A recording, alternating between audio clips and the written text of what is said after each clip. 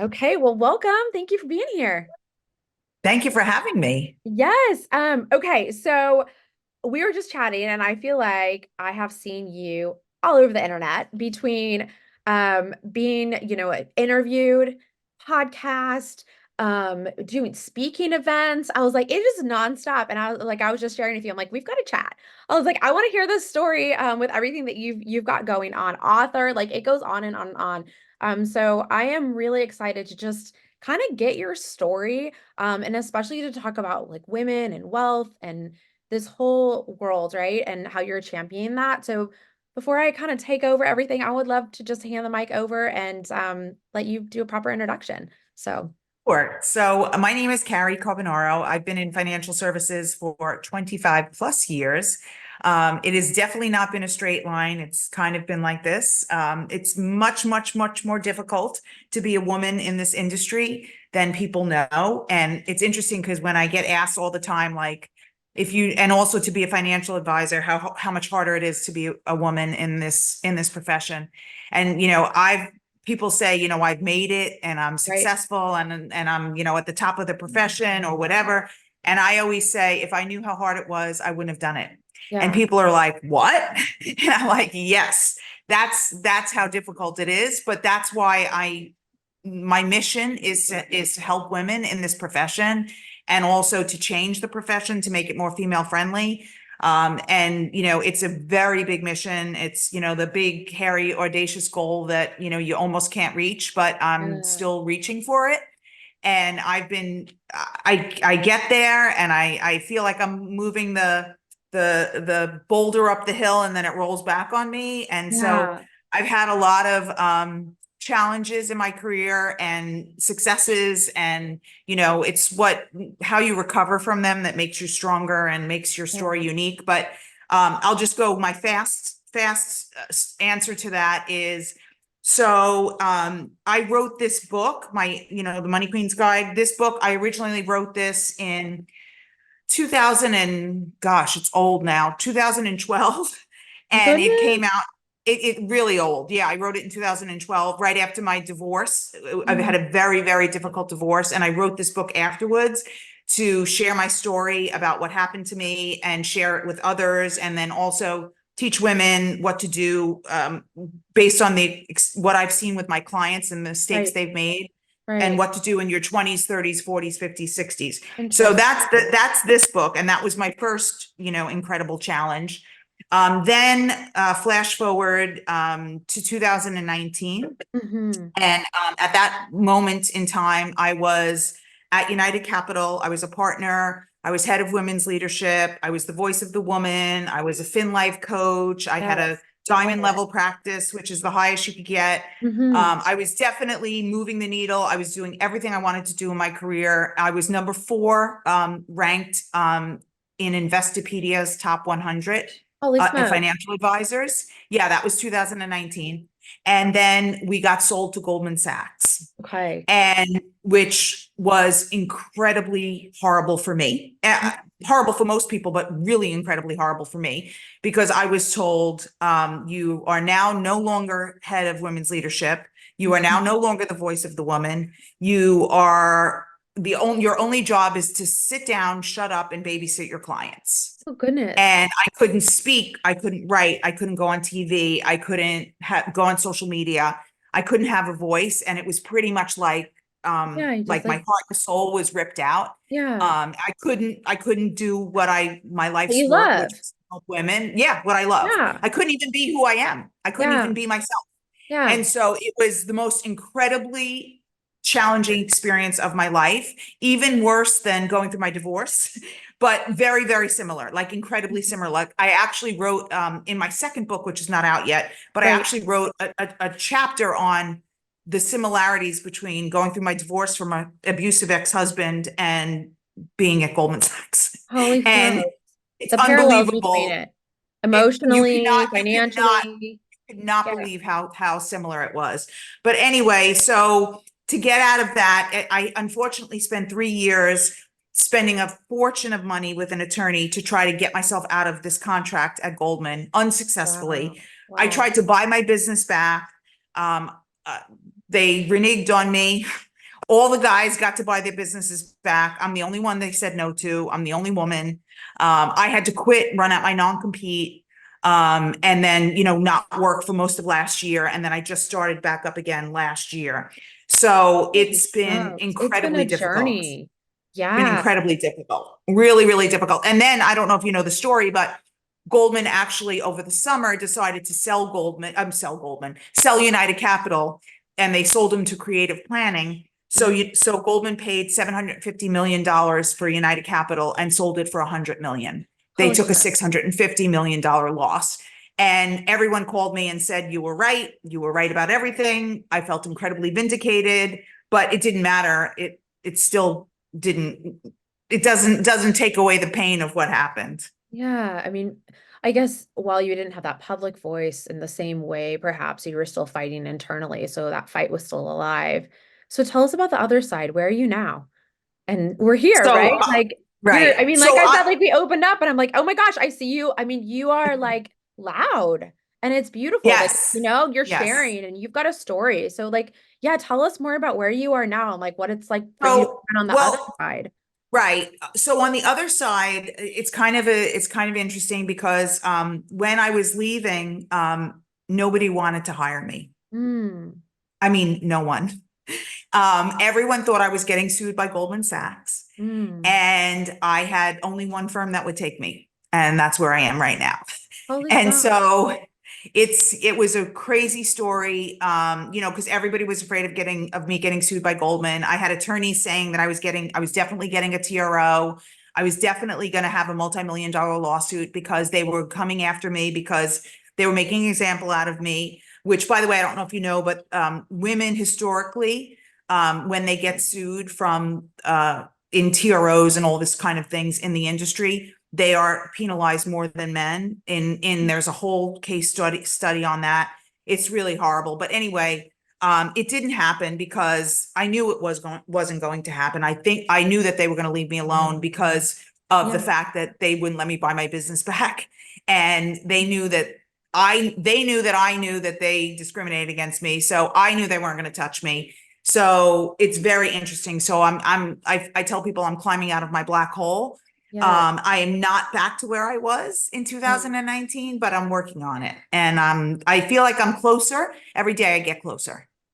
Oh my goodness. So I want to swing back to what you were sharing about earlier about this idea of it's tough, right? And wanting to be able to uplift other women and be able to help support them and kind of educate them, right? Like you were saying earlier, like I don't know if you know, but this is what happens. There's a case study to prove this. This is like, so like what do you envision if you were to be a woman that were in financial services industry? Like what would be kind of the vision for what that would look like to be able to help empower, educate, uplift, like even maybe like organizational structures? I'd love to hear more about kind of that side of things and even how maybe some of those ideas could empower other people who are in seats where they also want to uplift others as well. So, Right, right. yeah. So, well, one thing that I did, I wrote an article for Rethinking 65, which Mhm. is an industry, goes to other like financial professionals. Right. It's an industry articles, and so I wrote an article exactly a year ago, this time last year, and it was I'll have to make called sure to. Where are the women advisors? Okay. And it was so impactful that I had so many women reach out to me and say, "Hey, we got to do something about this. Mhm. Let's do a group."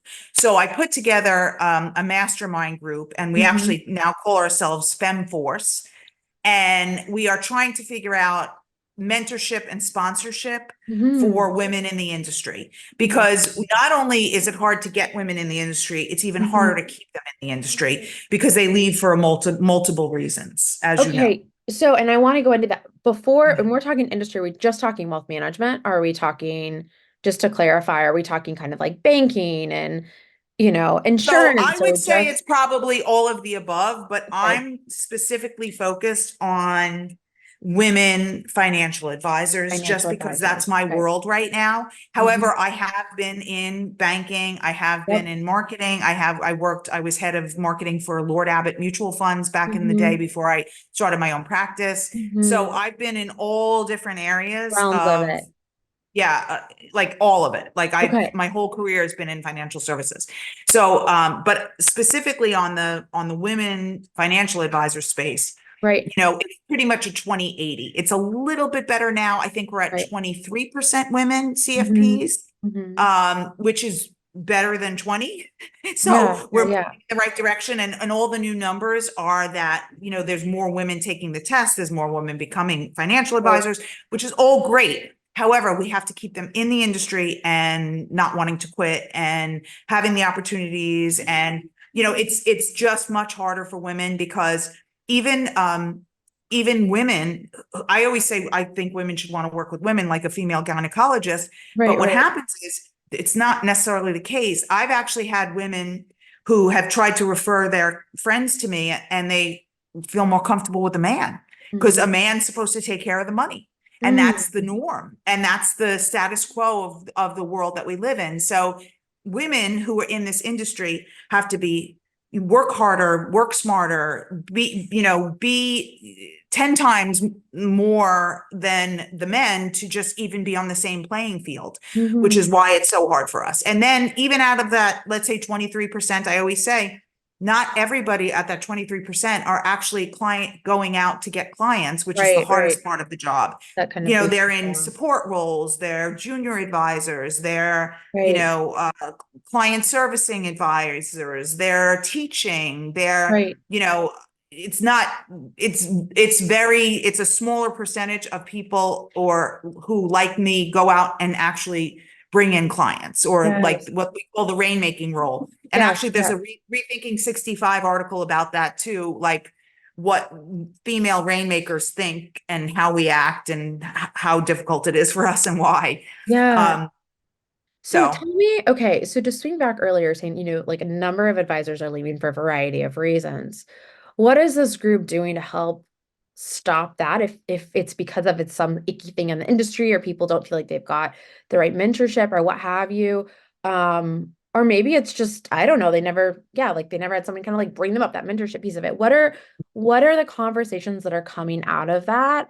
And are like, is there like a model that's being taken kind of like firm to firm to help like uplift folks? Or I'd love to hear more on that too. So there is no such thing that is 100% working. There's a lot of people trying to get it right. Right. There is a lot of mentorship. There is a lot of sponsorship, or actually there's probably more mentorship than sponsorship. And I Hmm. don't know if it's like meeting the person where they are. Like, let's say you're at a small firm and, it's all men and you're the only woman working there and you don't see a path to succeed for yourself because you have to see it to be it, so to say. Right. So, Right.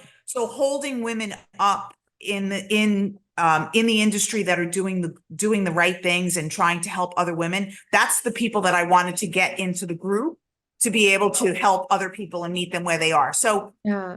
it's just a matter of, and by the way, we're not there yet. I mean, Yeah. our website's not even completed yet. And we Yes. also have to decide if we're going to be a nonprofit or not. The whole So there's thing.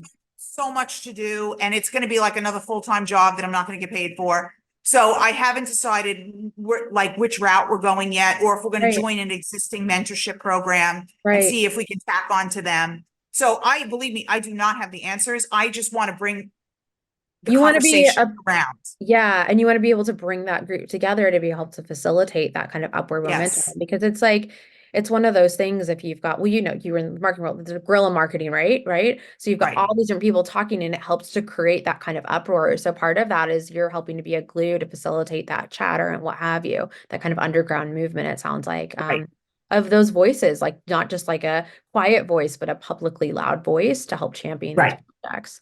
Right. You're And then certainly one of doing. one of the things that you asked me too, which I wanted to circle back to Yes, answer, yes. is you said like structures, like which structures seem to Mm. work.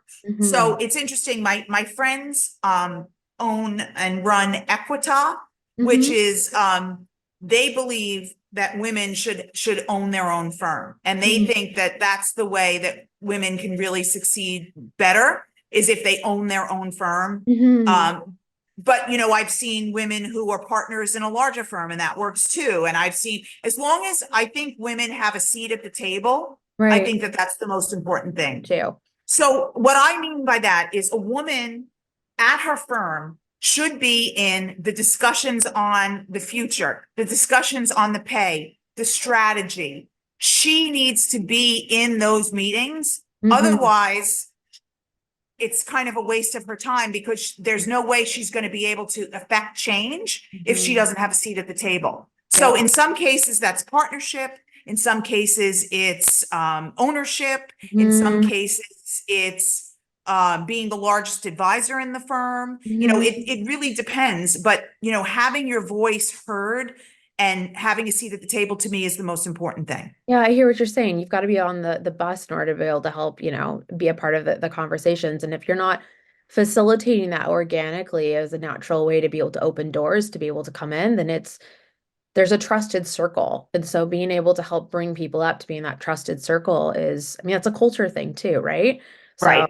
shifting those cultures, shifting those kind of the multi-generational, I just think about like the next gen, right? Like how do you train up them to be able to help raise the next generation to be able to kind of shift those cultures to be able to bring different people into the room. So you're like literally on the bus. You're not hanging on. You're not like left Right. on the side. You are in the bus. You've got in the room, right? You're in the boardroom. Right.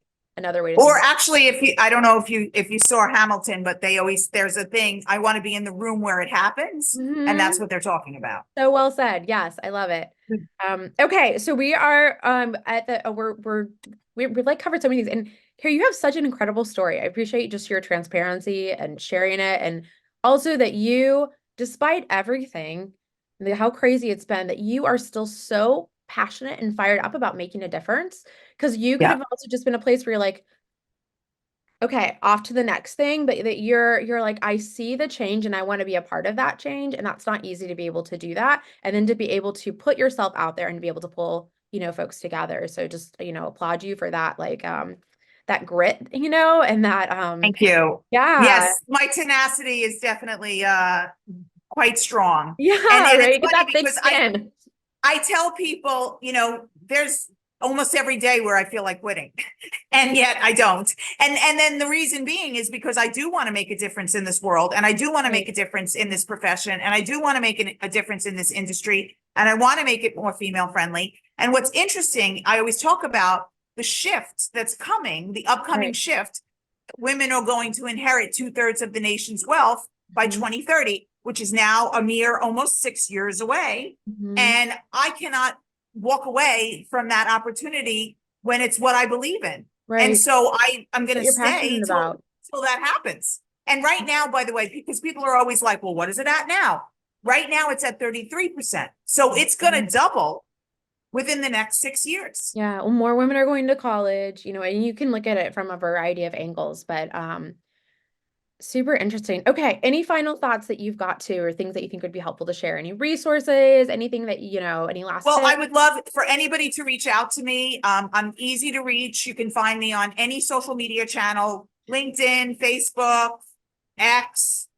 I'm The even whole on thing. TikTok, Oh my Instagram. gosh, I you're mean, on you it can find all. me. Yes. I'm really easy to reach out to, and I'm really I answer all my messages if you want to reach out and ask me a question. Oh my gosh, so great. We'll make sure to include your link to the articles that you mentioned and book and a variety of things. So again, appreciate your time. And like I said earlier, also just admire you continue to champion this effort and that mission driven, core to be able to make a difference and to be able to help not only the work that you're doing on a day-to-day to be able to help inspire, mentor, but also to be able to help spread that to other firms and folks that want to be able to help, lift that mission and take it higher. So thank you again for your time. You're so welcome.